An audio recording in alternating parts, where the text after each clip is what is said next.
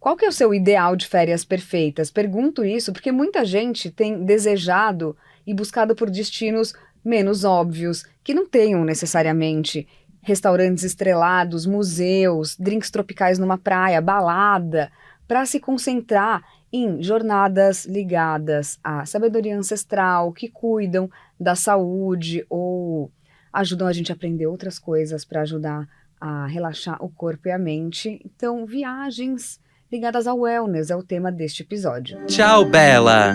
Seu podcast sobre tendência, comportamento e inovação nos mercados de beleza e bem-estar.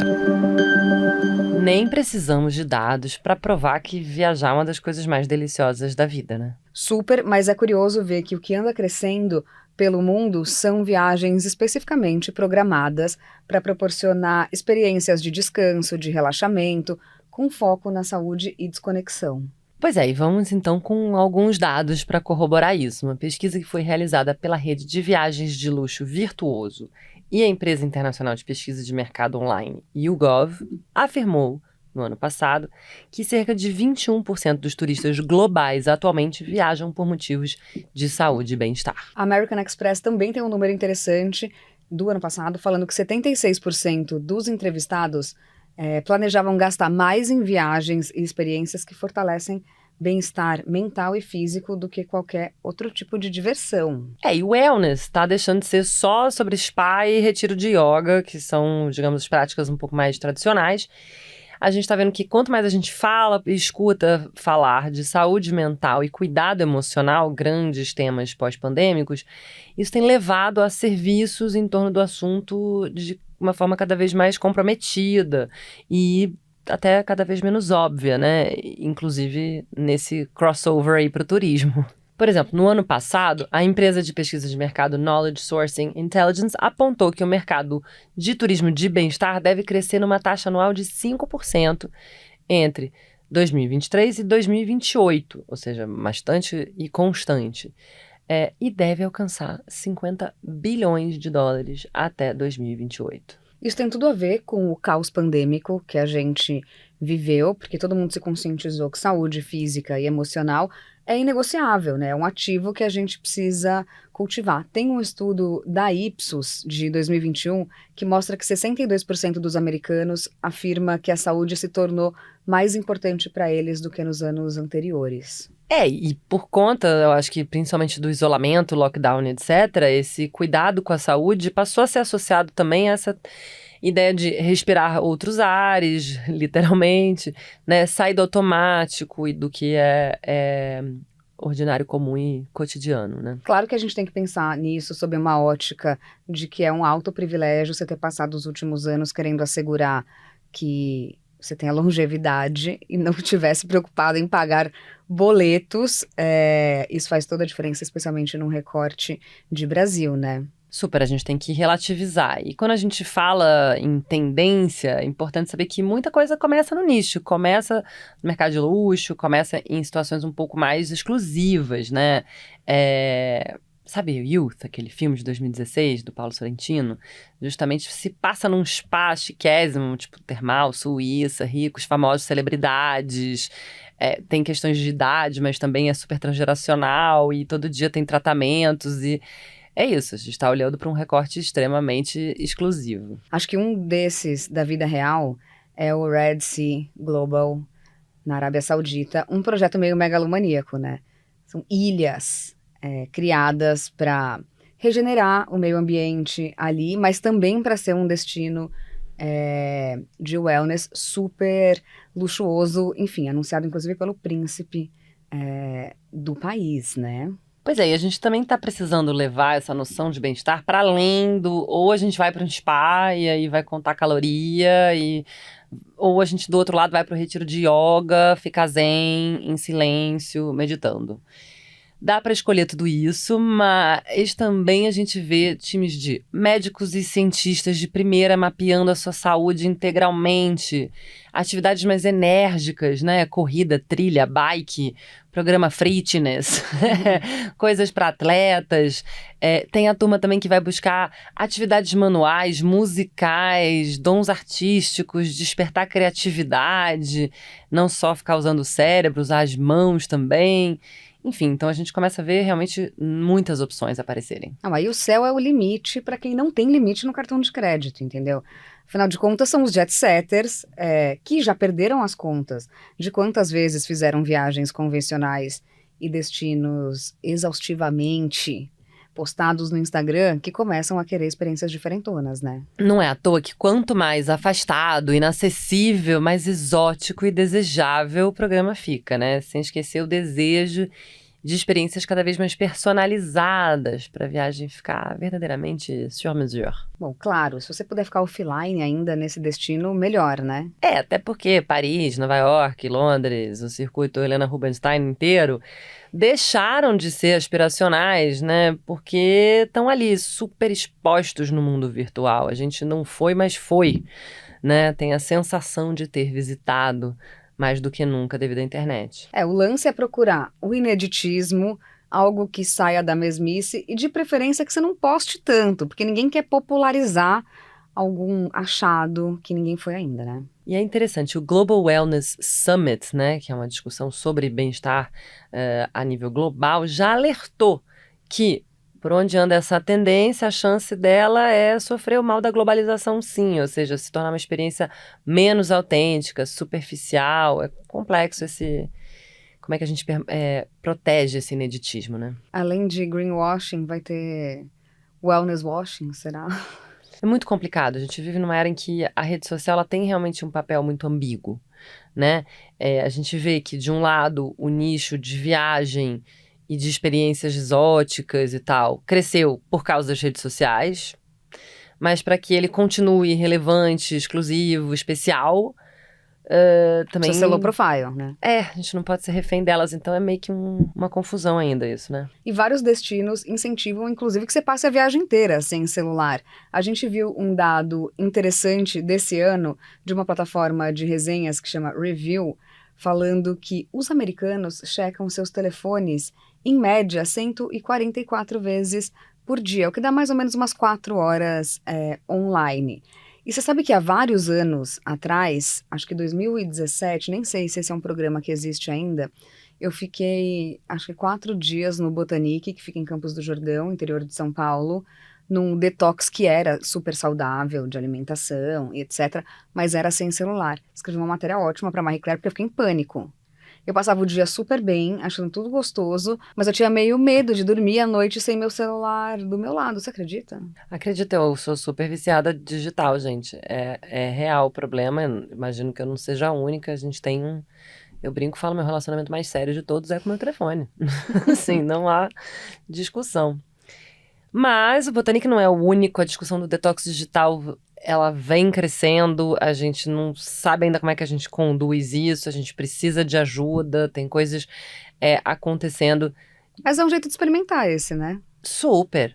Tem um que eu fiquei super, super curiosa, porque tem que ir até lá, mas é o Six Senses de Vana, nos Himalaias. Ele combina tudo que você falou e mais um pouco. Então, terapias ayurvédicas, gastronomia sustentável e detox digital são alguns dos highlights da programação. Tem uma versão mais radical ainda, que fica na Finlândia, numa ilha, que chama Ulkotamio, não sei se falei direito, por favor me corrijam, que eles se denominam como o primeiro destino turístico do mundo completamente livre de celular. Essa foi uma campanha feita para encorajar as pessoas a se desconectarem completamente e abraçarem a natureza, né? Na Finlândia, esse negócio de abraçar a natureza é tão sério que hoje a gente trocou um post da BBC super interessante, que tem um campeonato de abraço de árvore. Olha, isso é férias perfeitas, entendeu? Eu amei, gente. Eu amo os finlandeses. Eu fui muitas vezes para lá e eu acho eles incríveis. E aí, outra coisa que nos ajuda a conectar com esse lado low-tech, vamos dizer, né, de baixo uso tecnológico, são aqueles que estão se interessando pela sabedoria ancestral. Tema de outro podcast aqui também. Isso, gente, é muito delicado quando a gente fala de turismo, né? Porque a gentrificação, a apropriação cultural são sempre possibilidades que andam ali de mão dada com a nossa forma capitalista de viver. Mas a gente não queria deixar de mencionar e partir do princípio que vocês vão fazer bom uso do que a gente vai trazer aqui. Estados Unidos, Canadá, Austrália, tem muita coisa acontecendo com um movimento chamado Land Back, meio que essa coisa de reaver as terras, né? Onde comunidades indígenas estão organizando viagens com o intuito de resgatar a cultura, território, tudo isso com muito respeito e promovido por eles mesmos, né? Acho que tem coisas importantes como os grupos são super pequenos, é importante que toda essa programação seja super inclusiva e sustentável para apresentar rituais, cerimônias, traços culturais, mas em grupinhos, né? Para não virar uma confusão, né? Um exemplo que a gente achou interessante trazer aqui é o Ojai Valley Inn, na Califórnia, que tem uma experiência chamada Kuyan, que é uma palavra dos nativos americanos Kushmash, acho que eu tô falando certo, que significa lugar para descansar junto. É muito chique você ter uma palavra que resume tudo isso, né?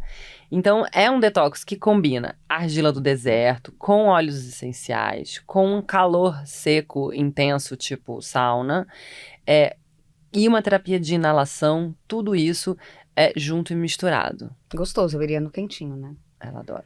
Outro assunto em alta é uma jornada que é desenhada para até 18 pessoas de forma bem personalizada, pelo Aman Mindful, chama Cultural Journey, uma expedição por vários países da Ásia, em propriedades do Aman Resorts, conhecidas por terem os melhores serviços do mundo, com preocupação cultural. No Camboja, por exemplo, eles reergueram uma vila em ruínas que tinha sido construída na década de 60, não tinha nenhuma referência, até que eles acharam um livro com registros arquitetônicos e, enfim, cuidaram dessa preservação, mas esse, assim, é jet setter total, entendeu? Cada trajeto é individual, jatinhos que vão da China para o Butão, para a Índia, para o Sri Lanka, enfim, tem yoga, tem vários tipos de cerimônias, tem safari, só para os milionários.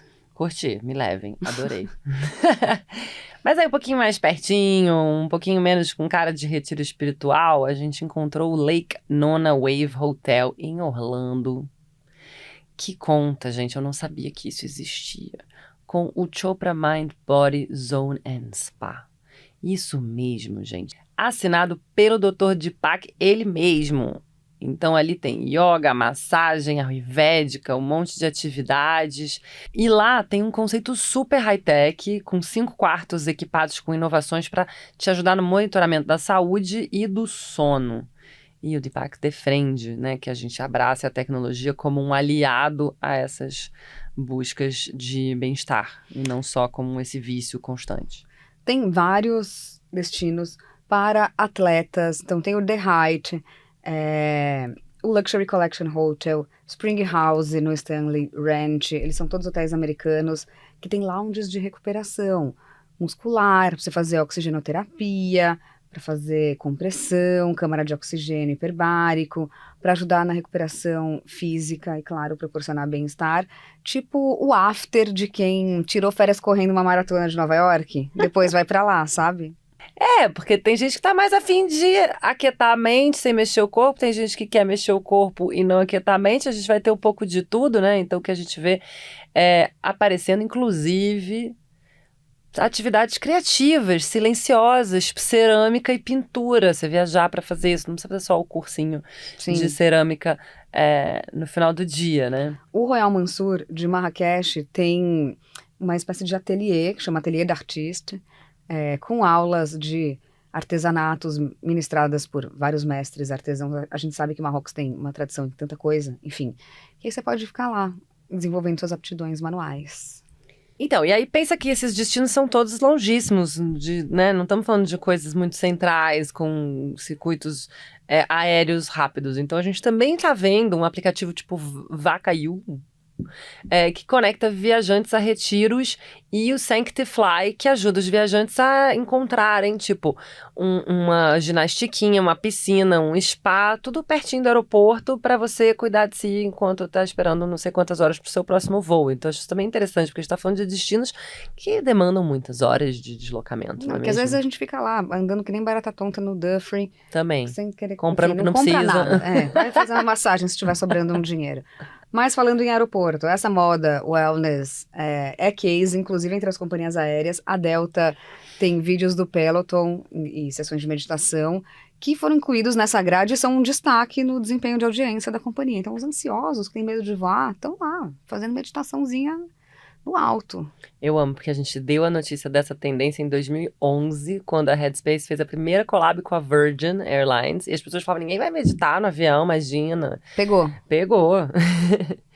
E a gente também tem hotéis tradicionais surfando a onda de wellness, sem que você necessariamente precise marcar nenhuma atividade específica. A gente está vendo, por exemplo, o minibar da rede Equinox com produtos de beleza, cuidado com a pele, bem-estar sexual, tudo isso para você curtir também até o próprio quarto onde você está, ou levar alguma lembrancinha de bem-estar. Vi isso acontecendo aqui em São Paulo também, já no Rosewood, onde você encontra, por exemplo, um kitzinho da Lubes, você tem algumas opções de outros produtinhos de bem-estar para você experimentar. Achei legal também. E tem um dado da Glossy.com que fala que esses produtos de beleza vendidos nesse room bar, tipo que a gente pegava um drink no mini barzinho, representam 60% da receita total de consumo dentro dos quartos. Então, que drink que nada, amor. Vamos botar uma máscara facial nessa cara, entendeu? Maravilhoso.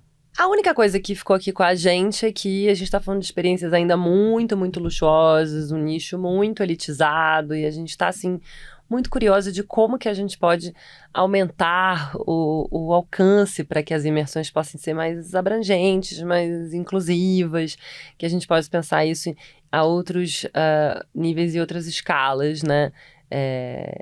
Para que mais gente possa curtir esse tipo de experiência e mais gente possa procurar bem-estar nas férias e não só o que eu brinco quando a gente volta das férias mais cansada do que a gente foi, Sim. porque bebeu muito, porque Saiu muito. Curtiu muito, comeu Ou muito. saiu um pouco da rotina, ficou em casa sem conseguir expandir os tipos de práticas, enfim, que tem no dia a dia, né? Eu acho muito interessante e vejo isso como, inclusive, um campo muito fértil quando a gente fala de longevidade, né, gente? Porque eu sei que eu vou querer viajar até bem velhinha, então acho que quando a gente pensa... Preparem esses destinos. Exato.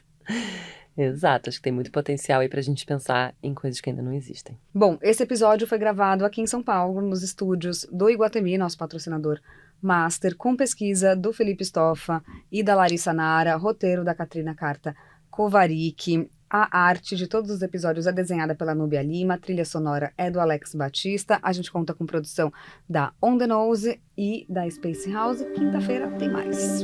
Tchau, Bela!